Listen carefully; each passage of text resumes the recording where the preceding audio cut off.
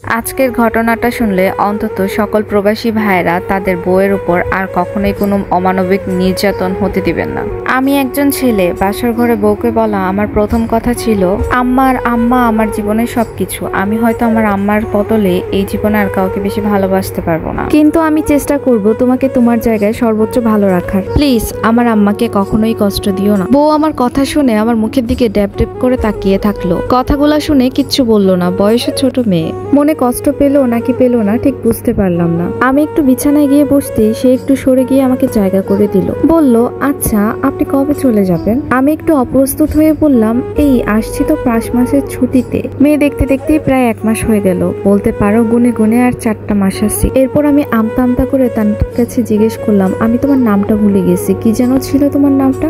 সে বলল, রিনি আমার নাম বলে খিলখিল করে হাসতে লাগলো আর বিড়বিড় করে বলল, আল্লাহ এ কেমন বর, নিজের বউয়ের নামই জানে না। সিঙ্গাপুর থাকার সুবাদে বহু সুন্দরী নারী দেখার সুযোগ হয়েছে, কিন্তু খিলখিল করে হাসলে কাউকে এত ভয়ঙ্কর রকমের সুন্দর লাগতে পারে সেটা জীবনে প্রথম উপলব্ধি করলাম। হাসতে হাসতে তার চোখের কোণে পানি চলে এসেছে। সে খুব সাবধানে তার চোখের পানিটা মুছে নিচ্ছে, আবারও হাসা শুরু করে দিয়েছে।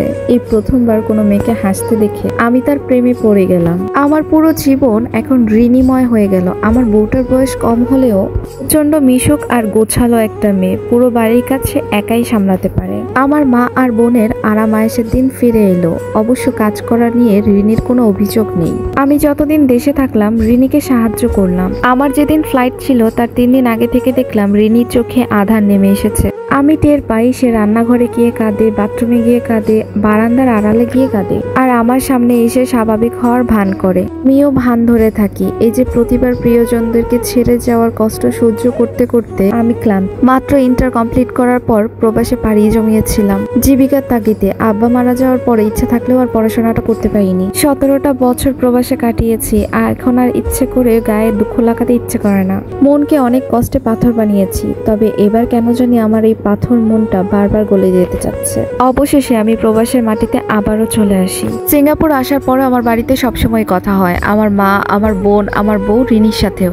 এবার মনটা কেমন যেন ছটফট করে, মন কিছুতেই কাজে বসে না, সারাক্ষণ শুধু বাড়ির কথা মনে পড়ে। প্রবাসে আসার 3 মাস পরে জানতে পারলাম আমার রিনি মা হতে চলেছে।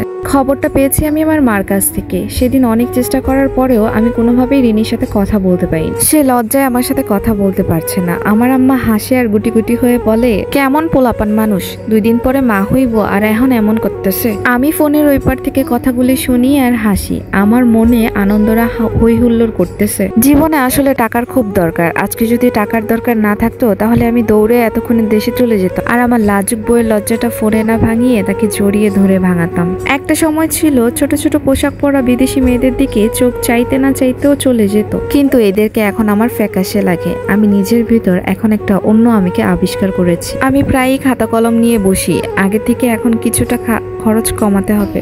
আমি প্রতিদিন অল্প হলেও কিছু জমাতে থাকলাম। মোটামুটি একটা সেভিংস হলে দেশে 1 মাস হলেও গিয়ে থেকে আসবো। কিন্তু আমার 2 চোখ ভরা রঙিন স্বপ্নের মৃত্যু ঘটলো সেদিন, যেদিন বাড়ি থেকে ফোন আসলো আমার সন্তান আর আমার স্ত্রী নাকি এই পৃথিবীতে আর বেঁচে নেই। পানি ভেঙে যাওয়ার কারণে নাকি এমনটা হয়েছে। নিজেকে বোঝাবার মতো কোনো ভাষা আমার কাছে ছিল না।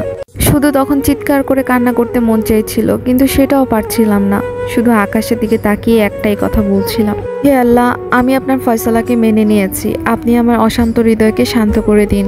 প্রচন্ড যন্ত্রণায় আমার দিনগুলি কাটতে লাগলো। উঠতে বসতে সারাক্ষণ শুধু রিনির কথা মনে পড়ে। যে সময় রিনি কল দিত সেই সময়টা নিজের অজান্তেই শুধু ফোনটা হাতে নিতাম। এটা একটা আপুর জীবন থেকে নেওয়া। এইটা এই গল্পের প্রথম পর্ব। পুরো গল্পটা একসাথে বলতে গেলে অনেক বড় হয়ে যায়। দ্বিতীয় পর্ব দেখতে চাইলে অবশ্যই কমেন্ট করে জানাবেন।